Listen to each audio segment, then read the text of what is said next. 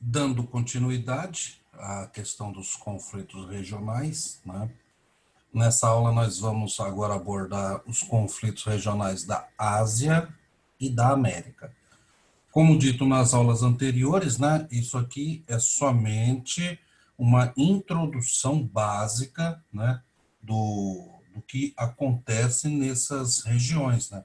Cabe sempre lembrar que o aluno deve buscar informações mais aprimoradas, informações com datas, personagens principais, né? Nós estamos falando mais sobre os motivos e os locais desses conflitos, né? Partindo para a região da Ásia, hoje, 2020, nós podemos destacar alguns conflitos reais, né? O conflito entre as Coreias, né? Aqui no leste da Europa, nós temos a Coreia do Sul e a Coreia do Norte, né? Onde essas duas Coreias elas se diferenciam principalmente pelo seu regime de governo, né? A Coreia do Sul é uma Coreia de comércio aberto, capitalista, uma potência na área de exportação de tecnologia, né? E muitas marcas globais, né? Você pode pegar marcas como a Samsung, Hyundai, né? São sediadas aí na Coreia do Sul, né? Países de exportação capitalista. E nós temos a Coreia do Norte, que considera-se também um dos países mais fechados do planeta, né? É um país socialista de economia fechada, baseada no socialismo. O principal parceiro comercial da Coreia do Norte é a China, né? Onde ela tem alguma relação comercial, né? A Coreia do Norte é um país socialista, de economia fechada, né? E com um poder bélico muito grande, um exército muito grande, né? A organização militar da Coreia do Norte, pelo tamanho, extensão e economia, chega a ser impressionante, né? Eles têm um investimento muito grande na área armamentística, né? E hoje eles também trabalham na ideia da produção de armas nucleares. Existe uma série de testes de foguetes de longo alcance, né? Onde a Coreia do Norte ela desenvolve tecnologia com a possibilidade, né, de desenvolver alguns mísseis que sejam capazes de alcançar os Estados Unidos, né? Então, isso cria uma tensão entre as Coreias, porque a Coreia do Norte e a Coreia do Sul já tiveram uma guerra conclamada, né, entre os dois países, teve um fechamento das fronteiras, né? Existe todo um trabalho diplomático para tentar aí reunir as Coreias, pelo menos politicamente. Mas aí nós temos um conflito político, né? E principalmente armamentício, né? A Coreia do Norte é um país de governo com um grande investimento bélico, testes nucleares e cria uma tensão entre Coreia do Norte, Coreia do Sul, Japão, Estados Unidos e China, né? Então nós temos um problema político e um problema armamentício, né? A Coreia do Norte também sofre um embargo econômico de outros países, né? Existe uma proibição internacional de comércio e intercâmbio comercial com a Coreia do Norte. Só quem hoje é o grande parceiro comercial da Coreia do Norte é a China. Claro que existem algumas brechas nesses embargos, né? O Brasil faz exportação de alguns produtos, né, para a Coreia do Norte, mas é uma coisa irrisória dentro da economia mundial, né? Mas esse conflito entre a Coreia do Norte, a Coreia do Sul, Japão, Estados Unidos e China cria aí um ambiente tenso de pré-guerra, poderíamos dizer assim, né, entre esses países. Não é uma coisa que começou hoje, isso aí já vem desde da Revolução Coreana aí na década de 70, né? Então, é um ambiente tenso, né, entre os países e um conflito que não é deflagrado, mas também não acaba, né? Temos um outro o confronto aí político muito forte, inclusive agora no primeiro semestre de 2020 houve grandes manifestações em Hong Kong, né? Hong Kong é uma região, né, que era colônia inglesa até a década de 70, né, 60, 70, né, e ela foi devolvida ao território chinês, mas ele é um território independente, né? Então ele faz parte da China como governo, mas ele tem uma legislação diferente da China, né? Quem governa Hong Kong é a China, mas o povo de Hong Kong, eles querem a independência de Hong Kong em relação ao governo chinês. O governo chinês é um governo socialista fechado e ditatorial. E Hong Kong, eles têm algumas diferenças, né? Eles têm uma eleição interna, eles têm mercado aberto para o comércio internacional, eles têm grandes indústrias de manufatura de exportação, então eles têm uma economia independente da China e eles brigam aí por ter uma economia, uma liberdade política, criar um país independente. Claro que o governo chinês não aceita esse separatismo de Hong Kong, né? E agora no primeiro semestre de 2020 houve grandes manifestações lá em Hong Kong, né? Onde o governo chinês não abre mão do território e a população de Hong Kong quer liberdade e democracia, o que não é um sinônimo muito bom para se falar em regimes ditatoriais como o da China, né? Então, existe aí um conflito de interesses políticos e separatistas entre Hong Kong e China, né? Depois nós temos lá no Oriente Médio, né, na região do extremo oeste da Ásia, né, os países de Israel e Palestina, né?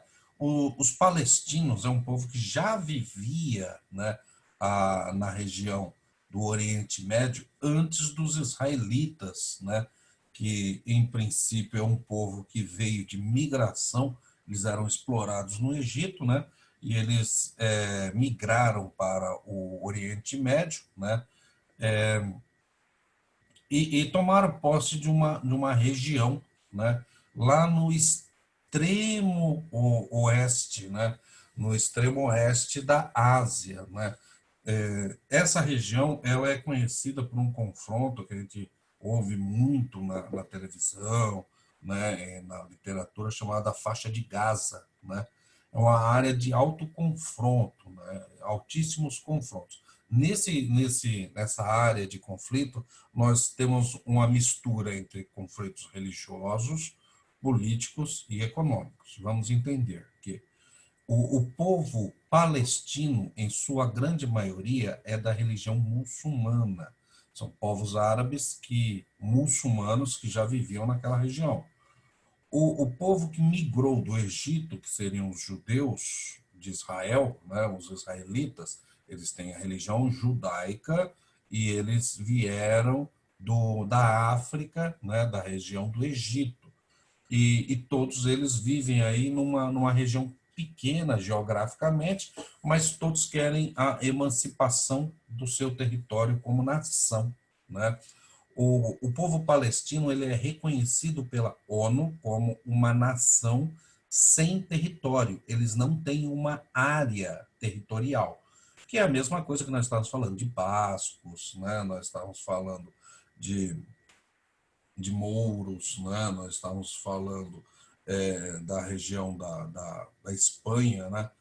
Que existe alguns povos que eles não têm um território, né? O povo palestino é uma minoria, né? E eles são oprimidos pelo povo judaico, né? O povo judeu, que seria o governo de Israel, né? Então, você tem um conflito ali visando um território e a emancipação da religião nessas duas dessas duas etnias no mesmo território, né? Nós temos a guerra da Síria, que também pode ser envolvida quando nós falamos no conflito da Primavera Árabe, né? A Síria, ela é um país da Ásia, mas ela passou por um processo ditatorial da década de 70 até os dias de hoje, e onde você tem um conflito político, né? Existe uma ditadura na Síria, onde a população está criando milícias e uma certa guerra civil, que dura mais de 10 anos já, né? E tenta depor esse governo ditatorial da Síria. Esse conflito ele começou a ser conflagrado mais propriamente, né, no começo dos anos 2000, lá, onde você tem uma ditadura da Síria, né? Chegando em 2010, você começa a ter a guerra civil na Síria para a tomada do poder e do governo, né? Então, hoje, nós ainda temos uma área de conflito muito grande na Síria, que faz parte do Oriente Médio, que é Ásia, né? E, por fim, nós podemos destacar também a questão dos Cáucaso. O Cáucaso é uma região do sul da Rússia, né? Uma região do sul da Rússia, né? É uma região montanhosa, pouco habitada, é, de relevo complicado, e que ali nós temos algumas etnias que, ao fim da União Soviética, emancipou-se lá alguns países, né? Como a Chechênia, né? E o Uzbequistão, né? Esses países eles se emanciparam da União Soviética e tornaram-se repúblicas, né? Esta região, né? Ela tem um conflito grande com a Rússia, né? Por que que a Rússia tem interesse econômico nessa região do Cáucaso, né? Essa é uma região montanhosa, pouco habitada, horrível de se viver. Por quê? Porque essa região é a grande reserva de gás e petróleo da Rússia, que é o principal combustível para a indústria e para a calefação das cidades russas, que o inverno russo é muito rigoroso, né?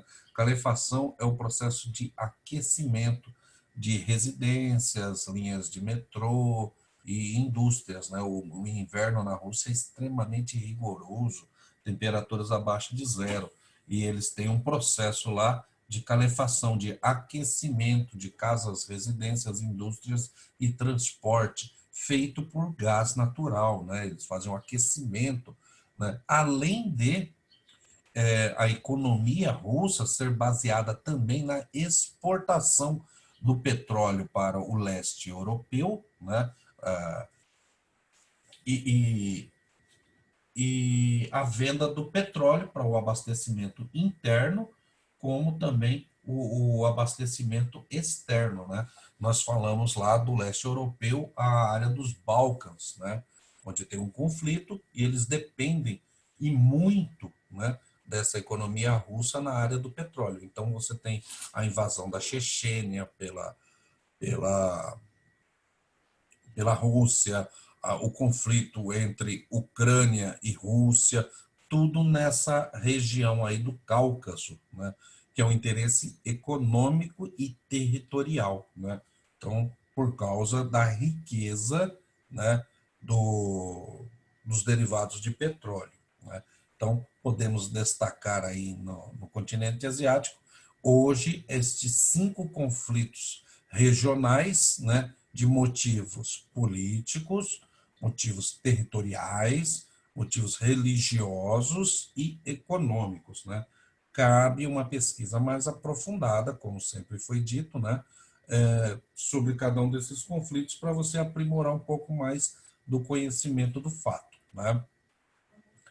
Quando nós chegamos aqui na América, né, parece, em geral, que a América é um lugar pacífico, né, o continente americano, América do Norte, América Central e América do Sul.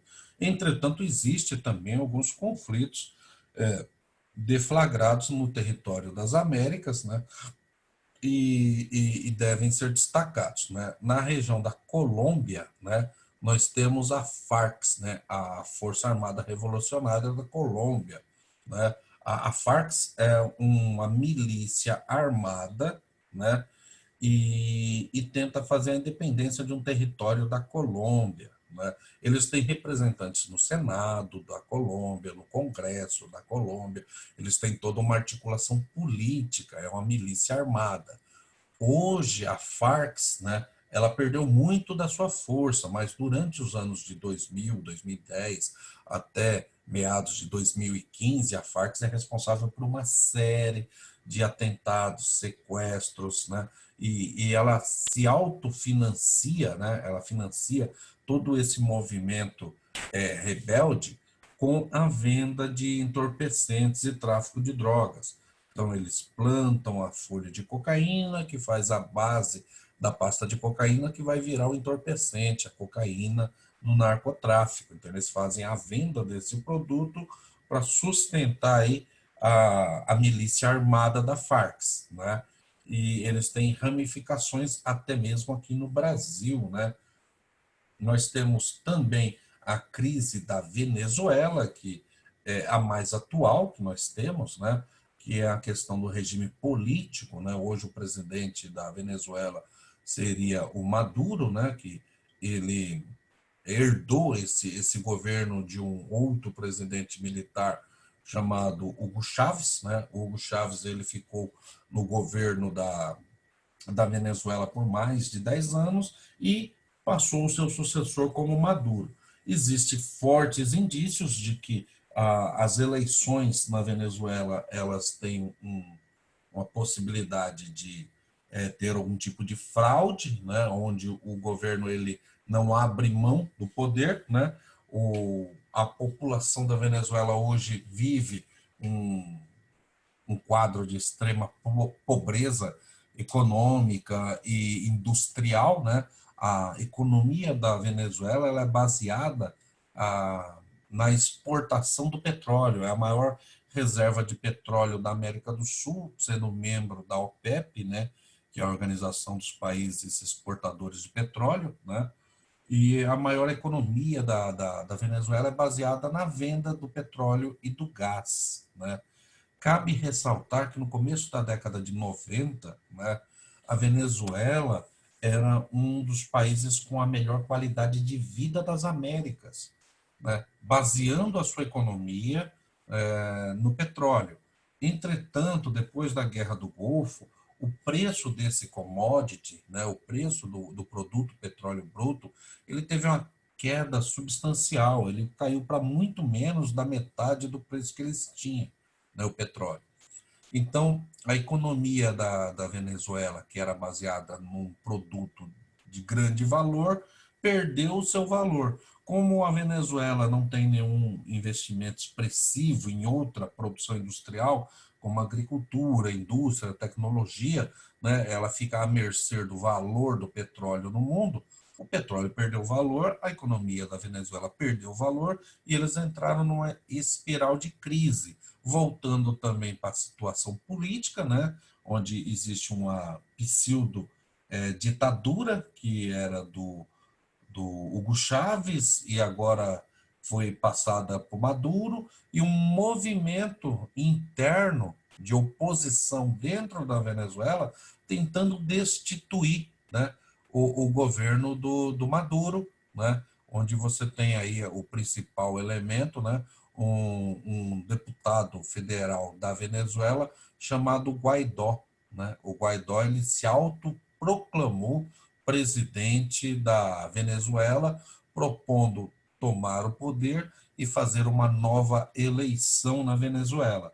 O Guaidó ele é apoiado aí pelo governo do Brasil, o governo dos Estados Unidos e uma série de outras nações que reconhecem o Guaidó como presidente da Venezuela, e aí tem um impasse, né? A Venezuela acaba tendo dois presidentes, né? Teria o Guaidó da oposição e o Maduro da situação. E quem está pagando o pato nessa história é a população que vive uma crise humanitária sem precedentes, com grande parte da população migrando e fugindo da Venezuela, indo para países como o Brasil, Bolívia, Colômbia, Argentina, né? Eles tentam fugir aí da crise, imigrando de forma voluntária e pressionados, né? Para fugir da crise venezuelana, migrando para outros países, né? Temos também aí na América do Norte, né, um conflito, não é um conflito conflagrado entre governos, né, mas existe aí um embate entre governos, entre México e Estados Unidos. A gente pode destacar a questão da imigração ilegal, né, onde o atual governo aí dos Estados Unidos, com o Donald Trump, né, propôs levantar muros de bloqueio, deportação automática de mexicanos que tentem entrar nos Estados Unidos, né? E o povo mexicano, que tem uma economia muito menor do que os Estados Unidos, tentando migrar para os Estados Unidos, né? Claro que só um problema de migração, né, a gente não pode considerar isso como um problema de conflito, seria somente um problema político. Entretanto, contudo e todavia, né, nós temos no México uma organização miliciana, um crime organizado baseado no tráfico, né, que é o cartel de drogas mexicano, que abastece o fornecimento de drogas nos Estados Unidos junto com as Farc da Colômbia. Então, os Estados Unidos ele não tem produção de entorpecentes, drogas como cocaína, heroína, não tem. Mas eles é o maior consumidor de entorpecentes do planeta. Da onde vêm essas drogas? Essas drogas vêm da Colômbia, da Bolívia e principalmente do México, que são os cartéis de contrabando de droga, né? Então, o governo americano ele tem todo um departamento de segurança e de inteligência que trabalha tanto nos Estados Unidos como no México e um embate de conflitos. Esses conflitos eles já geraram centenas de milhares de mortos entre esses dois países. O cartel mexicano de drogas, né? E também o governo americano aí no combate aos entorpecentes, né? E temos que destacar também, abaixo dos Estados Unidos, ali no Caribe, nós temos a ilha de Cuba, que é um país, né? Cuba passou por uma revolução, né, a tomada de poder no final da década de 50, né, com um guerrilheiro chamado Fidel Castro e apoiado por outro guerrilheiro argentino chamado Che Guevara, que tomou o poder na ilha de Cuba, aplicando um regime governamental baseado no socialismo apoiado pela União Soviética, né? Cuba, desta forma, tomou o poder e criou uma ditadura socialista no Caribe. Os Estados Unidos, em contrapartida a essa ditadura socialista, fez um embargo econômico a Cuba, muito parecido com o embargo que nós citamos aí da Coreia do Norte. Os países são proibidos, né, de fazer comércio internacional para abastecer o mercado cubano, então eles são fechados, né? Os veículos que se vê hoje em Havana, que é a capital de Cuba, são veículos da década de 50, porque eles não têm frota mais atual, eles não têm mercados de inovação tecnológica, computador, internet, as evoluções da informática e da tecnologia não chegam em Cuba por causa do embargo econômico, né? A economia de Cuba hoje é baseada aí na plantação de bananas e a venda de charutos, né? O tabaco cubano. Esse é um produto que eles podem vender para outros países. Claro que Cuba, por ser um regime socialista, ele tem as suas peculiaridades, né? Tem um índice muito pequeno de analfabetismo, tem um índice muito alto referente a políticas universitárias, né? É um país exportador de médicos, né? Tem uma formação acadêmica, comparando aí com países como o Brasil, né? Pelo tamanho que é Cuba, pela riqueza que tem Cuba, pela economia que tem Cuba, na área de saúde e educação, eles estão aí muito além da capacidade, por exemplo, do Brasil, que é um país muito maior e muito mais rico que Cuba, e chegou um ponto aí na década passada que o Brasil teve que importar médicos cubanos para abastecer aqui a política brasileira. Claro que esses acordos são controversos, né, mas não é o caso. Então, Cuba hoje também vive aí um regime de conflito com os Estados Unidos e com o resto do mundo, né? E, por fim, nós temos que destacar aí o Canadá. O Canadá é uma zona, é um país considerado zona sem conflitos. Entretanto, o Canadá, no seu processo de colonização, né, ele teve dois colonizadores, né? O norte do Canadá ele foi colonizado pela França e o sul do Canadá foi colonizado pela Inglaterra. É interessante que o Canadá ele tem os dois idiomas, né? Tem o Canadá francês e o Canadá inglês, mas tudo é um país só, o Canadá, né? Hoje existe um movimento separatista, não é muito forte, né, no Canadá, né, que é o separatismo de Quebec, né? Eles querem separar Quebec do Canadá, porque é a parte francesa do Canadá, eles querem a emancipação, criar um novo país. Aí você tem o interesse econômico do Canadá que não deixa fazer essa separação, porque a maior parte das riquezas minerais do Canadá, né, se encontra no norte do Canadá, na região de Quebec. Então, o sul do Canadá seria extremamente prejudicado, né, porque as reservas econômicas, minerais e industriais estão no norte, né? E você também tem um problema, né, que a própria legislação canadense proíbe, né, esse tipo de separatismo. Foi feito, dentro do território canadense, dois plebiscitos com a população, uma votação, para entender se a população gostaria ou não de separar Quebec do resto do Canadá, né? E nessas duas votações, o movimento separatista perdeu democraticamente aí a possibilidade de se separar. Mas, mesmo assim, existe uma milícia armada no Canadá que prepara-se a cada dia para fazer uma revolução armada dentro do país e propor a separação de Quebec, né? Não é um movimento violento hoje, mas ele é um movimento articulado, armado dentro do país, né? Eles têm representantes no Congresso e do Canadá, mas hoje é um movimento de tensão pré-conflito, né? Existe a possibilidade de estourar aí um conflito armado dentro do Canadá, podendo gerar até mesmo uma guerra civil, né?